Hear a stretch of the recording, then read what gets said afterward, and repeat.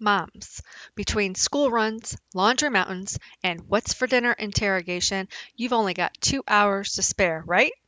Let's make some money in that time. Tip number one, automate everything. If you can automate bedtime stories, you can automate an online business.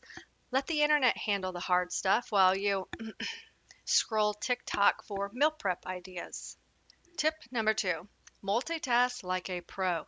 Moms, you've got this. If you can change a diaper while on a Zoom call, you can totally run an online business. Just remember to hit send on the email, not on dinner. Tip number three, take breaks, but only to hide snacks. Look, running a business is important, but keeping your chocolate stash safe from the kids, critical.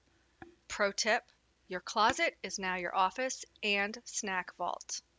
So, if you've got 2 hours a day between, Mom, where's my shoe? And what's for dinner? You can totally make money online. Follow me for more tips on how to do less and earn more.